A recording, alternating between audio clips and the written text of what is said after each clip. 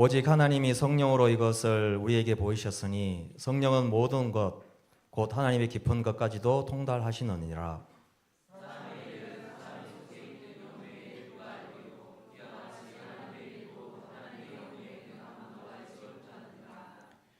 우리가 세상의 영을 받지 아니하고 오직 하나님으로부터 온 영을 받았으니 이는 우리로 하여금 하나님께서 우리에게 은혜로 주신 것들을 알게 하려 하심이라.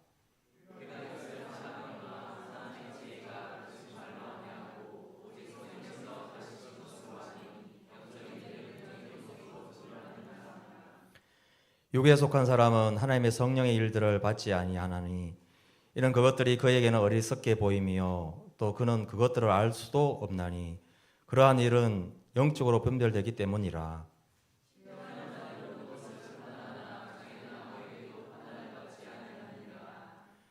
누가 주의 마음을 알아서 주를 가르치겠느냐? 그러나 우리가 그리스도의 마음을 가졌느니라. 아멘. 이 시간 영적인 일은 영적으로 분별합니다 라는 말씀으로 우리 목사님 말씀 증거하시겠습니다. 많은 은혜 받으시기 바랍니다. 아멘. 감사합니다.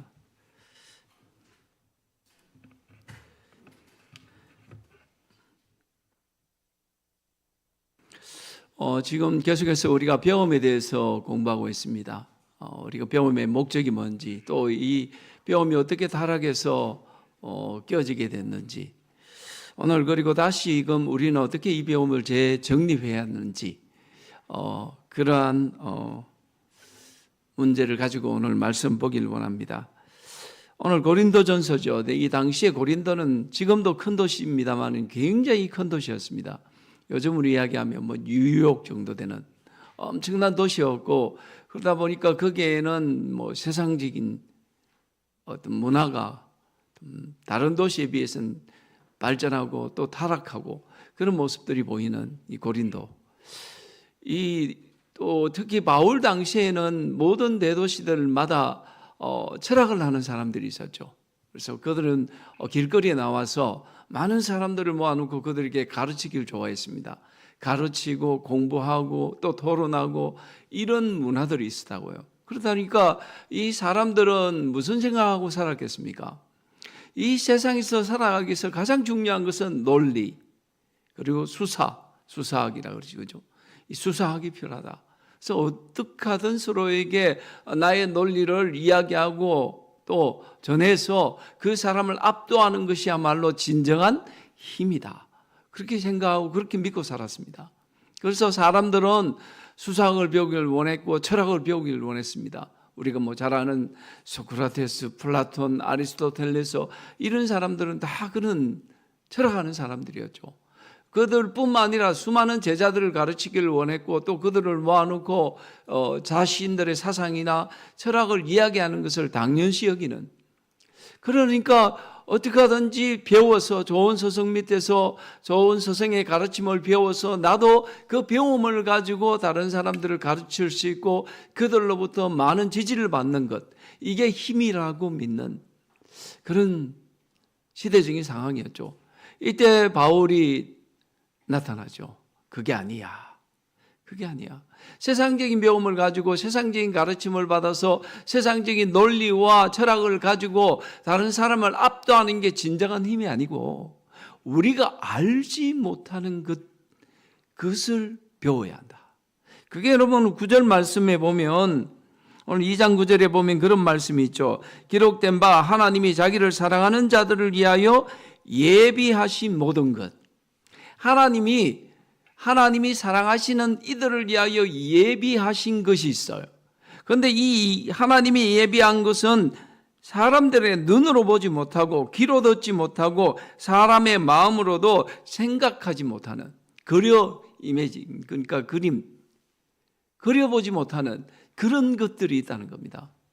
여러분들은 수사학을 이야기하고 철학을 이야기하고 그래서 열심히 그 수사학이나 철학을 배워서 다른 사람들을 가르치는 것이 진정한 배움의 목적이고 그게 배움의 모든 것이라고 생각하지만, 근데 그게 아니라 여러분이 가진 지식과 지혜로 알지 못하고 보지 못하고 그리지 못하는 것이 있는데, 그 모든 것이 뭐냐면 하나님이 사랑하신, 자신이 하나님 자신이 사랑하시는 모든 일을 위하여 예비하신 것이 있습니다. 그건 절대 여러분의 철학으로도 풀 수 없고 여러분이 가진 사상으로도 풀어갈 수 없는 참된 지식으로만 볼 수 있는 하나님이 예비하신 것들이 있습니다. 그렇게 우리에게 이야기합니다. 여러분, 아무리 그들의 머리를 가지고 이렇게 이리저리 굴려도 깨닫지 못하는, 그게 여러분 뭐라고 생각합니까? 오늘날 참 많은 이들이 공부를 하고 대학을 가고 그렇게 열심히 자기 분야를 캐내잖아요. 그런데 여러분, 그렇게 열심히 해도 도무지 보지 못하고 듣지 못하고 그리지 못하는 것이 있단 말이에요. 그게 하나님께서 사랑하는 자를 위하여 예비하신 것들. 그게 좀 더 나오면 12절에 보면 하나님이 우리에게 은혜로 주신 것들 같은 이야기죠. 그거는 여러분 세상적인 지식의 안경을 쓰고는 도무지 볼 수 없는 것들입니다. 제가 초등학교 때 참 신기하게 봤던 것 중에 하나가 현미경이에요. 현미경이 뭔지 아시죠? 사람이 육안으로 볼 수 없는데 이 현미경을 딱 들여다보면 보이는 것들이 있잖아요. 그게 뭐예요? 우리가 나뭇잎은 볼 수 있어요. 그런데 나뭇잎 앞에 그 세포가 있는 거는 우리 눈으로 볼 수 없죠. 그런데 현미경을 딱 갖다 대면 어때요? 보이잖아요. 미세 세포 같은 것 우리 눈으로 보지 못해요. 그런데 현미경을 갖다 대면 보여요. 현미경이 비싸면 비쌀수록 어때요? 더 분명하게 보이겠죠. 그런데 재미난 것은 아무리 비싼 현미경을 가져와도 볼 수 없는 것들이 있어요. 여러분, 그런 것들이 바로 뭡니까? 하나님이 저와 여러분을 위하여서 예비하신 것. 하나님이 우리에게 은혜로 주신 것들. 이건 아무리 비싼 현미경을 갖다 들이대도 볼 수 없는 것들이죠. 그럼 그걸 어떻게 볼 수 있습니까? 오늘 10절 말씀을 한번 보도록 하겠습니다. 10절입니다. 같이 한번 읽겠습니다.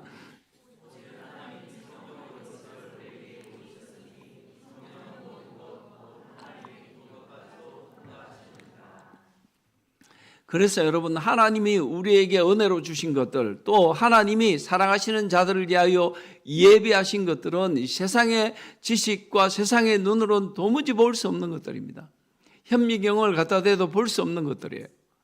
그런데 그걸 볼 수 있도록 하나님이 우리에게 특별한 은혜를 베푸셨는데, 그게 10절에 바로 우리에게 누굴 보내주신 겁니까? 성령 하나님을 보내주신 거예요. 성령 하나님. 세상이 콘서트죠, 그죠? 콘서트. 얼마 전에 뭡니까?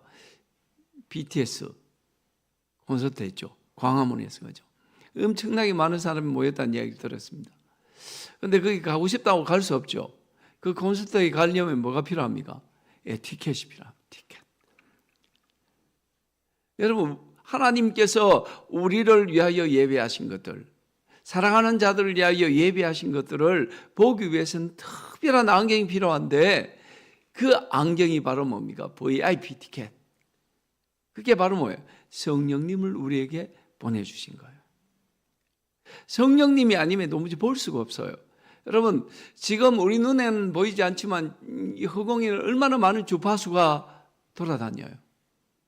89.7에 딱 맞추면 KBS FM 클래식이 나옵니다. 그죠? 95.3 딱 하면요, MBC FM. 그건 뭐예요? 정확하게 주파수를 맞춰야 그 음악이, 소리가 우리에게 들려지잖아요. 이 세상에 수많은 주파수들이 있는데 그 하나님이 특별히 저와 여러분을 위하여 은혜로 준비한 그 예비하신 그 수많은 선물들, 그것들을 보기 위해서는 바로 뭐예요? 특별한 주파수. 바로 우리 가운데 성령님이 오셔야 그런 것들이 보이기 시작한다는 거죠. 그 이야기를 오늘 바울은 우리에게 이야기하고 있습니다. 그래서 이유가 뭡니까? 왜 우리에게 성령님이란 주파수가 필요합니까? 11절에 보면 이렇게 설명합니다. 사람의 일을 사람의 속에 있는 영 외에 누가 알리요? 이와 같이 하나님의 일도 하나님의 영 외에는 아무도 알지 못하느니라. 여러분, 우리 속에 사람의 마음 속을 우리는 들여다볼 수 없어요. 그래서 그 사람의 마음을 가장 잘 이해하고 알 수 있는 건 자기 자신이겠죠. 그렇잖아요. 내 안에 있는 영 외에는, 나 자신 외에는 내 마음속을 누가 들여다볼 수가 없어요. 알 수가 없어요. 그래서 우리 경상도 남자분들은 그렇게 사랑 표현을 잘 안 하잖아요. 그걸 꼭 말로 해야 하나? 뭐 그렇게. 근데 여러분, 말로 해야 알아요. 왜 그럴까요? 내 마음속에 있는 사랑의 크기와 깊이와 넓이는 아무리 내 상대 배우자라 할지라도 모른단 말이에요. 왜? 안 보이니까요. 그래서 말을 해줘야 알아요. 그 마음은 누구밖에 몰라요? 나 자신밖에 몰라요. 이와 같이 하나님이 사랑하는 자들을 위하여 예비하신 그 엄청난 것들 조금 이따 다룰 거예요. 그 엄청난 것들은 우리가 아무리 보고 싶어도 보이지 않아요. 사람의 육안으로는, 사람이 가진 지식으로는 볼 수 없다고요. 그걸 볼 수 있도록 하기 위해서 우리에게 정확한 주파수를 맞추도록 그 주파수를 허락해 주셨는데, 그분이 바로 뭐예요? 성령 하나님이라는 거예요. 그 성령님은 왜요?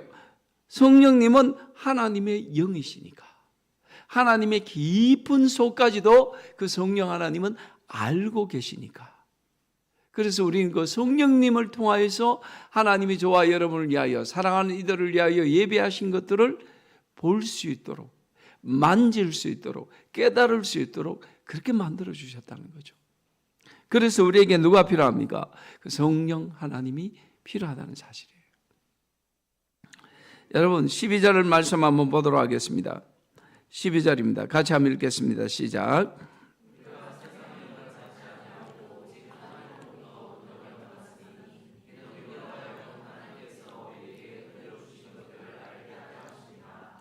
예, 우리가 세상의 영을 받지 아니하고 오직 하나님께로부터 온 영, 그분이 누구예요? 성령 하나님을 받았는데, 왜 성령 하나님을 하나님이 우리에게 주셨는가, 보내주셨는가 보니까 12절에 뭐라 그래요? 하나님께서 우리에게 은혜로 주신 것들을 알게 하기 위해서. 오늘 9절에 뭐라 그랬습니까? 하나님이 사랑하는 자들을 위하여 예비하신 것들. 같은 이야기죠.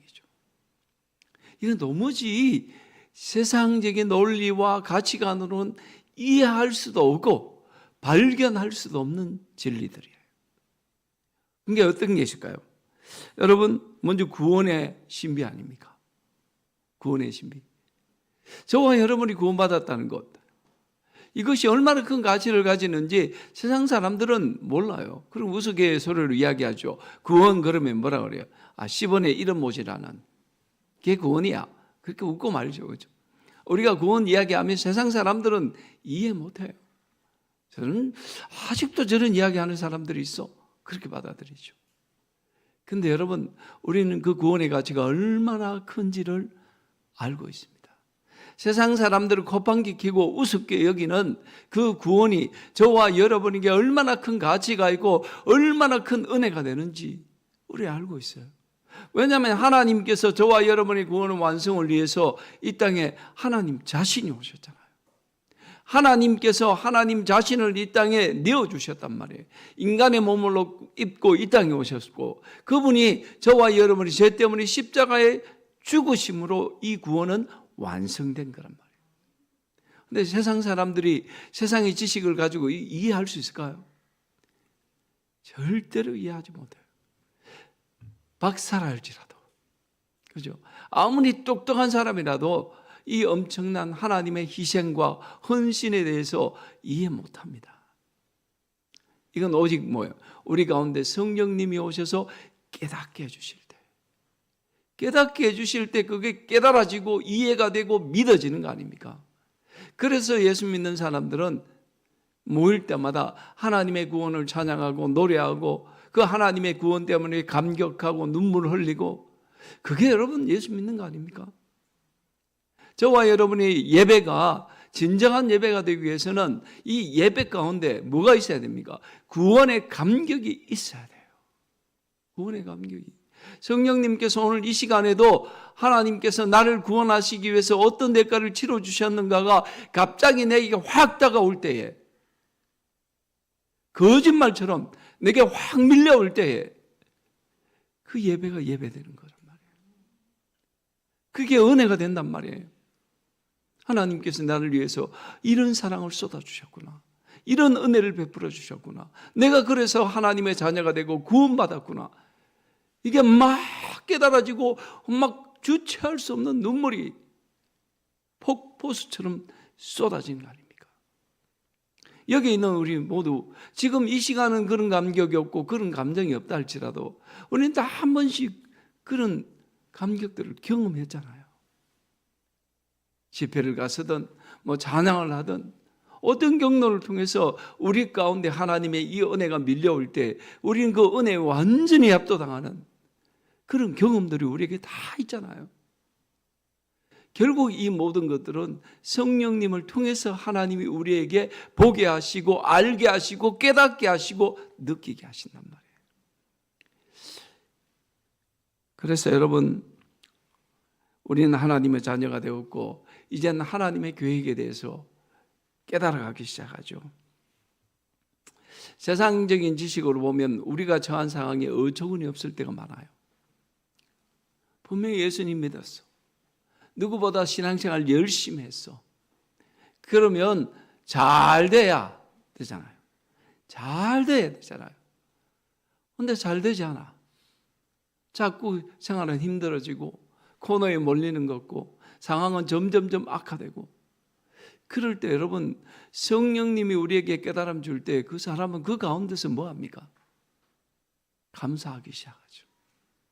감사해요. 여러분 제가 이상한 이야기 하는 거 아니죠? 여러분들 아마 다 그런 경험들이 있을 거예요.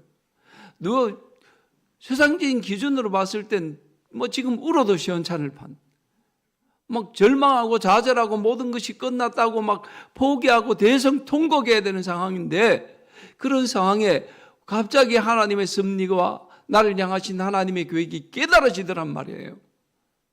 하나님이 나를 이 가운데 이러한 상황 가운데 몰아넣으심이 갑자기 그 이유가 발견되어지고 깨달아지면 그 순간 여러분 우리 통곡합니까?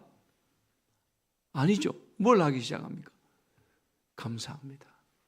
하나님 감사합니다. 우리 손양원 목사님 잘 알잖아요. 사랑의 원자탄. 그래서 여수 순천 그때 사건 때 사랑한 두 자녀가 죽었죠. 공산당에 의해서. 그런데 손양원 목사님이 어떻게 했습니까? 그 두 자녀의 죽음 앞에서 깨달은 게 뭡니까? 10가지 감사를 했대요. 10가지 감사. 지금도 그 가면 10가지 감사가 적혀 있죠. 감사했어요. 인간적인 상황으로 보면 이해가 됩니까? 자기 사랑하는 두 아들이 자기 곁을 떠난다는데 그 상실감이 얼마나 컸을까요? 세상적인 기준으로 보면 이제 끝났어. 그거잖아요. 끝났어. 넌 이제 끝났어. 너 두 아들이 죽었잖아. 이제 네가 남은 게 뭐가 있어? 넌 끝난 거야. 그게 여러분 세상적인 기준이에요. 그런데 손양원 목사님 그 상황에서 10가지 감사를 드려요. 그리고 여러분 우리 잘 알죠? 자기 두 아들 죽인 그 좌익 학생을 양아들로 삼잖아요. 양아들로 삼아요. 그리고 아들처럼 키웁니다. 여러분 이게 세상적인 가치관, 세상적인 배움으로 이해가 되는 겁니까? 이해가 될 수 없죠. 하나님의 경륜과 하나님의 섭리를 성령님 우리 가운데 깨닫게 해야만 그게 이해가 되어지는 거란 말이에요. 왜 하나님께서 우리에게 성령님을 보내주셨습니까? 성령님이 오셔야 우리의 주파수가 하나님께 맞춰지고 그래서 그때에 비로소 들려지기 시작하는 소리들이 있는데 그게 하나님이 우리에게 은혜로 주신 것들이에요. 그 하나님이 우리에게 은혜로 주신 것들이 우리의 구원, 나의 하나님 자녀 삼아주심. 그죠? 그리고 우리 삶 가운데 하나님의 인도하심이 깨달아지고 발견되어지고 그래서 그 모든 상황에 대성통곡해야 될 상황에도 감사할 수 있으면 그게 깨달아지니까 그런 거예요.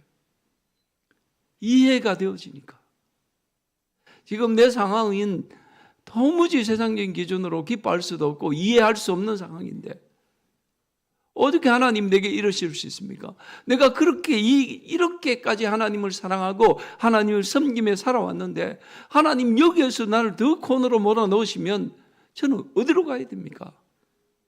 원망과 탄식과 불평이 나와야 될 상황인데, 그런데 성령님께서 그 상황 속에서 깨닫게 하시더라는 거예요.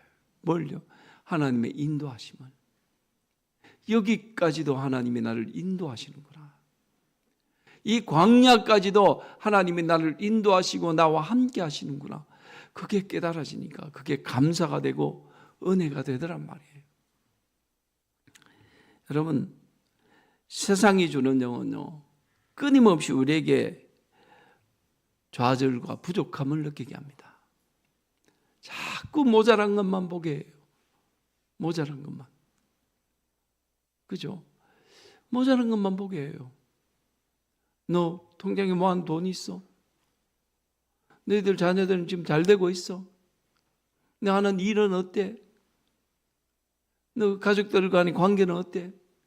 너 친구하고 지금 인간관계는 어때? 자꾸 하나하나 들춰내서 내게 없는 것들만, 부족한 것들만 자꾸 꼬집어서 이야기해요. 그리고 결론 내죠. 넌 끝났어. 그런데 성령님은 그렇게 하잖아요. 내가 보지 못했던 것들을 보게 하시더라는 거예요. 제가 이번 주에인가 우리 송명희 시인 영상을 하나 교회 톡에다 올려드렸죠. 저는 그거 보고 참 은혜 많이 받았어요. 저만 늘는 게 아니더라고요. 우리 송명희 시인도 엄청 나이가 많이 들었어요. 이제. 그럼에도 불구하고 여전히 자신의 처한 모든 상황에 감사하고 있는 그 감사가 어디서 나왔을까? 어떻게 그 감사가 가능할까? 어떻게 가능할 것 같아요? 그 안에 성령님이 계시니까요. 성령님이 여전히 그 송명희 시인의 삶 속에 함께 하시고 동행하시니까 우리가 봤을 때 턱없이 모자라고 턱없이 부족하고 턱없이 불쌍한 인생일 것 같은데 그렇지 않잖아요. 나 가진 점은 없어도, 나 남이 가진 건강 없어도 하나님 저는 만족합니다. 그런 고백들은 결국 성령님이 우리에게 깨닫게 하시고 발견하게 하시는 거죠. 그래서 여러분 한번 보십시오. 13절 말씀 다시 한번 보도록 하겠습니다. 같이 읽겠습니다. 우리가 이것을 말하거니와 사람의 지혜가 가르친 말로 아니하고 오직 성령께서 가르친 것으로 하니 영적인 일은 영적인 것으로 분별하느니라. 영적인 것은 어떻게 해요? 영적인 일은 여러분 영적으로 분별하는 거예요. 그 분별의 안경이 뭐라고요? 성령님을 우리 그 가운데 보내주심이에요. 그래서 여러분 지금 뭐 입체 영화, 3D 영화 이런 데 보려면 뭐가 필요합니까? 안경이 필요해요. 요즘 어떤지 모르겠어요. 저는 어지러워서 3D 영화를 못 보니까 한번 보러 갔다가 애를 먹었어요. 근데 안경 주죠. 왜 안경 줍니까? 안경은 껴야 뭐예요? 입체로 보이니까. 그래서 그 안경이 뭐 그렇게 특수 안경은 아닌데 어쨌든 그 안경을 껴야 3D가 입체로 영상이 막 들어오잖아요. 그렇죠? 그 성령님이 바로 그와 같아요. 우리 가운데. 왜냐하면 그 성령님이라는 안경이 우리에게 없으면요, 하나님의 영적인 일을 우리는 분별하지 못해요. 보지도 못하고요. 분명히 여러분 한번 생각해 보십시오. 이건 3D 영화고 입체감이 엄청납니다 해서 득 들어갔는데 내게 보면 일반 영화 똑같아. 또 일반 영화보다 못하죠. 3D 영화는 뭐 그리한 이상하잖아요. 그죠? 제대로 보지도 못하고. 안경이 없다고 한번 생각해 보세요. 여러분들이 3D 영화를 보기 위해서 갔는데 안경을 주지 않아. 그래서 제가 그냥 눈으로 그 영화를 보면 어떨까요? 영상이 여러분 혹시 안 보셨습니까? 보면 이상해요. 막 겹쳐져 가지고 그죠? 엉망진창이라고요. 여러분, 이 땅에서 하나님께서 우리에게 은혜로 주신 그 어마어마한 선물들이 너무나 많이 있는데 우리가 그 안경을 끼지 않으면 하나님은 우리에게 은혜로 주신 것들이 오히려 더 혼란스러워져요. 혼란스러워져요. 옆에서 누군가는 똑같은 상황인데 하나님 감사합니다, 찬양하고 감격하고, 그런데 나는 마음이 맹송해지고 저 사람 왜 저러지? 오히려 더 혼란스러워져요. 여러분, 영적인 일은 성령으로만 분별이 되는 거예요. 왜냐하면 그 성령님이 하나님의 일에 통달하신 분이잖아요. 하나님의 마음을 알고 하나님의 계획을 알고 하나님의 뜻을 정확하게 아시는 분이 바로 성령 하나님이시라고요. 그래서 여러분, 우리가 그 성령 하나님을 선물로 받고 그 성령님과 동행하는 사람의 삶과 그렇지 않는 사람의 삶은 엄청나게 차이 나죠. 엄청나게. 제일 두드러진 차이가 뭘 거라고 생각합니까? 영적인 일을 영적으로 분별하고 그 분별과 깨달음 속에서 오는 감사와 감격이 있는 사람과 그렇지 못한 사람의 차이는 말로 할 수 없죠. 남들은 막 입체가 돼가 나에게 확 고릴라가 막 다가오고 덮쳐오고 아마 막 놀래고 이래야 되는데 맹송맹송한 영상이 왜 이렇게 흐리지? 그러고 있으면 여러분, 똑같은 영화를 봐도 영화를 보는 태도와 그 마음이 어떨 것 같아요? 완전히 다르겠죠. 여러분, 정말로 우리가 성령님을 통해서 하나님을 배워가는 사람은 그 마음속에 진정한 감사가 있어요. 왜냐하면 깨달아지거든요. 내가 당하는 이 상황과 이 어려움 속에 담긴 하나님의 계획과 뜻이 막 보여지기 시작해요. 그러니까 하나님의 뜻이 보여지고 깨달아지면 그냥 나도 모르게 감사합니다. 감사합니다. 그 감사가 나올 수밖에 없죠. 우리 에콰도르 남미의 그 아마존 부족들을 선교하기 위해서 짐 엘리엇이라는 분이 젊은 나이에 아마존으로 갔어요. 아마존으로 가죠. 가서 복음을 전하기 위해서 드디어 첫 발을 탁 내대서 원주민들을 봤는데 이 원주민들이 창을 들고 자기를 향해 오는 거예요. 그 짐 엘리엇과 일행들 손에는 총이 있었어요. 그럼 총을 들고 총을 쏘면 원주민들은 놀래 도망갈 거 아니에요. 그런데도 총을 쏘지 않고 담담하게 죽음을 맞이했습니다. 그분이 그런 이야기를 했죠. 노트에. 영원한 것을 위해서 모든 것을 포기하는 사람은 결코 어리석은 사람이 아니다. 영원한 것을 위해서. 성령님께서 그에게 깨닫게 하시고 가르쳐 주시니까 결국은 이 짐 엘리엇의 부인이 나중에 그 부족들에 들어가서 다시 복음을 전하죠. 대단한 부부라고 생각합니다. 그래서 그 원주민들이 복음화되었어요. 우리는 하나님의 뜻을 당장은 보지 못할 때가 참 많아요. 그런데 성령님은 그 모든 것을 깨닫게 하시고 그 영적인 일을 분별하게 하십니다. 그 성령님을 믿고 성령님을 따르는 사람들은 삶이 늘 다를 수밖에 없어요. 메마르고 팍팍한 인생이 아니라 그 속에 하나님이 주신 은혜로 주신 것들을 바라봄에 대한 부요함, 그 영원한 것들을 소유했다는 그 풍성함, 그 풍성한 삶이 시작될 거 아니에요. 그 풍성함으로부터 오는 감사. 그래서 여러분 14절 한번 보십시오. 14절 같이 읽겠습니다. 육에 속한 사람은 하나님의 성령의 일들을 받지 아니하나니 이는 그것들이 그에게는 어리석어 보이며 또 그는 그것들을 알 수도 없나니 그러한 일은 영적으로 분별되기 때문이라. 만약 저와 여러분 상관데 성령님이 계시지 않는다면 우리 또한 똑같아요. 육에 속한 사람이 되어서요. 모든 것을 내가 가진 가치관, 내가 가진 철학, 내가 가진 주관으로만 분별하고 판단하고 결정하겠죠. 그런데 여러분, 성령님이 계시지 않으면요, 우린 영적인 일을 분별할 수가 없습니다. 영적으로 이것이 옳은지 이것이 나쁜지 모른단 말이에요. 영적으로 이것이 하나님의 뜻인지 하나님의 뜻이 아닌지 몰라요. 내가 인간적인 눈을 따라 결정한 것들이 하나님의 뜻이 아닐 때 여러분 우리의 삶이 얼마나 불행한 삶이 될까요? 아브라함의 조카 룻과 함께 창세기 보면 그 말씀이 나오잖아요. 조카를 품고 같이 거주하며 삽니다.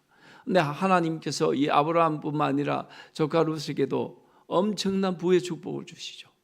그들이 거느린 가축의 수가 종의 수가 점점 많아집니다. 요즘으로 얘기하면 재산이 막 엄청나게 정식이 되죠. 그런데 문제는 이 당시에는 같이 목축업을 하는 시대이기 때문에 그 수많은 양떼와 소떼들이 한 공간에서 다 먹일 수가 없습니다. 자꾸 수가 늘어나니까요. 그때 아브라함이 뭘 제안합니까? 자기 조카를 불러서 롯을 불러서 뭐라고 이야기합니까? 하나님이 오늘 우리에게 이런 축복을 주셨고 우리가 이런 부를 얻었다. 그래서 이제 우리가 이제는 서로 갈라서야 한다. 뭐 나쁜 뜻이 아니고. 그래서 너는 네가 할 길을 먼저 선택해라. 그러니까 조카 롯은 어디를 선택합니까? 인간적인 눈으로 쫙 이렇게 스캔을 하죠. 쫙 동서남북을 탁 돌아보니까 눈에 탁 들어온 땅이 어디였습니까? 소돔. 왜냐하면 그 목축을 먹이기에 너무나 풍성하고 풍부한 땅처럼 보였어. 인간적으로 너무 좋아 보였어. 좀 인간적으로 하면 지금까지 자기를 길러준 삼촌에 대한 배려로 먼저 선택하십시오 할 수도 있는데 그냥 두 말 하지 않고 자기는 그쪽으로 가버리죠. 그리고 아브라함은 하나님이 말씀하신 길을 따라갑니다. 가나안 땅으로. 지금 네게베 땅이 네게베 광야예요. 근데 여러분 결과는 어떻게 됐습니까? 소돔과 고모라는 불탈 때 롯이 가졌던 모든 것이 다 불타버립니다. 그러나 아브라함은 지금까지도 민족을 이루어서 그 아브라함의 축복이 온 세상 열방 가운데로 흘러가고 있잖아요. 결국 그런 결정과 선택을 할 수 있는 것은 무엇 때문입니까? 아브라함은 성령님을 따라 하나님이 주신 영을 따라 영적으로 분별했기 때문이고 조카 롯은 그 하나님이 주신 성령이 아니라 인간적인 눈으로 모든 것을 판단하고 결정했기 때문이죠. 오직 영적인 것은 성령님을 따라 영적으로 분별할 수 있는 겁니다. 육에 속한 사람은 결코 성령을 따라 결정하지 않아요. 육에 속한 사람은 내 육신에 가진 가치관과 욕심과 탐욕을 쫓아 결정하죠. 그러나 영에 속한 사람은 내 육신의 소욕을 따라 내 육신이 요구하는 것을 따라 결정짓지 않습니다. 오직 내 안에 성령님께 그 음성에 귀를 기울이고 성령님의 뜻을 따라 움직이죠. 여러분은 육에 속한 사람입니까? 영에 속한 사람입니까? 다른 질문은 여러분들은 지금 성령님이라 안경을 끼고 모든 것을 보고 있습니까? 아니면 그저 인간적인 눈으로 모든 것을 보고 있습니까? 그 질문을 바울은 계속해서 우리에게 들려주고 있습니다. 그리고 16절 한번 보십시오. 같이 한번 읽도록 하겠습니다. 누가 주의 마음을 알아서 주를 가르치겠느냐? 그러나 우리가 그리스도의 마음을 가졌느니라. 저와 여러분이 뭘 가졌다고요? 그리스도의 마음을. 그리스도의 마음을 가졌대요. 세상의 계산기로는 아들이 죽었네, 끝났네. 우리 손정원 목사님이 죽음 앞에, 그 아들, 두 아들이 죽음 앞에. 그러나 여러분 그리스도의 마음을 가진 사람은 아들이 천국에 갔구나. 아들이 천국에 갔구나. 이 아들을 어떻게 해요? 원수로 삼아 하나님께 영광을 돌릴 기회네. 그렇게 받아들이는 거예요. 이게 여러분 세상적인 가치관으로 이해가 되겠습니까? 이거는 그 마음에 뭐가 있어야 돼요? 그리스도의 마음이 있어야 돼요. 성령님이 우리 가운데 오셔서 그 그리스도 예수의 마음을 주실 때 그게 가능한 거죠.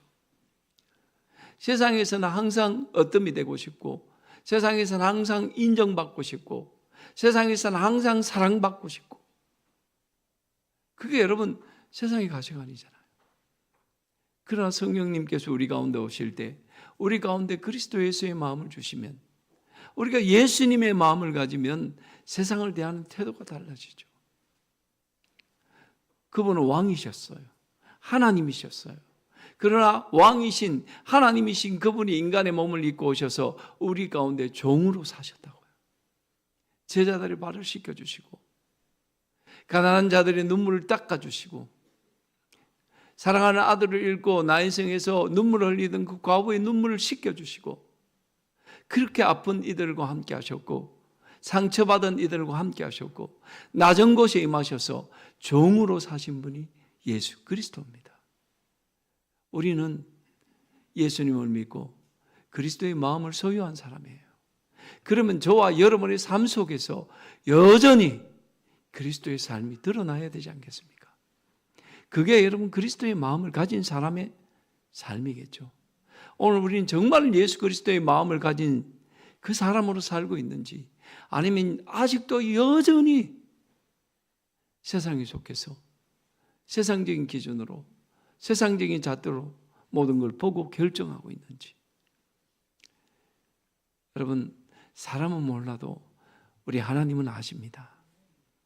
저와 여러분이 그리스도의 종인지, 그리스도의 마음을 가지고 사는 사람인지, 아니면 여전히 육에 속한 사람이 되어서 내 육신이 원하는 대로 살아가는 사람인지. 사람은 모르지만 우리 하나님은 아시겠죠. 우리가 좀 더 낮아지고 그리스도 예수의 마음을 가지고 사람들을 품고 섬기고 사랑할 수 있었으면 좋겠습니다. 그게 주님의 마음 아닐까요? 사랑하는 제자들, 자기를 부인하고 뿔뿔이 흩어진 제자들, 끝까지 자기를 배반했던 유다 같은 그 제자들까지도 마지막 순간까지도 사랑하셨던 주님의 마음이 우리 안에 있다고 이야기해요. 우리 안에 뭘 가졌다고요? 그리스도의 마음을 가졌느니라. 정말 우린 그 마음을 가진 사람입니까? 우리의 삶 속에서 그리스도 예수의 마음이 드러나고 있습니까? 그분처럼 살았으면 좋겠습니다. 오늘 말씀 맺겠습니다. 하나님께서 사랑하는 자들을 위하여 예비하신 것들이 있습니다. 근데 그 하나님의 예비하신 것들은 사람의 눈으로 보지 못하고 손으로 만지지 못하고 그리지도 못합니다. 오직 성령님이 우리 가운데 오셔서 성령님을 통해서만 볼 수 있도록. 그래서 성령님 우리에게 보내신 이유가 뭐라 그랬습니까? 하나님이 우리에게 은혜로 주신 것들을 알게 하기 위해서. 하나님이 우리에게 은혜로 주신 것들을 보기 시작하는 순간부터 더 이상 결핍한 존재가 아니라, 부족하고 모자라서 원망하고 탄식하는 사람이 아니라, 하나님이 내게 주신 그 풍성한 하늘의 영적 식탁을 바라보며 감사하는 사람이 되는 겁니다. 우리 안에 왜요? 성령님이 계시니까. 그 성령님이 내 안에 무슨 마음을 주셨다고요? 그리스도의 마음을 주셨기 때문에. 그 그리스도의 마음을 가지고 한 걸음 한 걸음 정말 그리스도의 사랑을 전가하는 우리 신실한 주님의 성도님들 되시기를 축원합니다.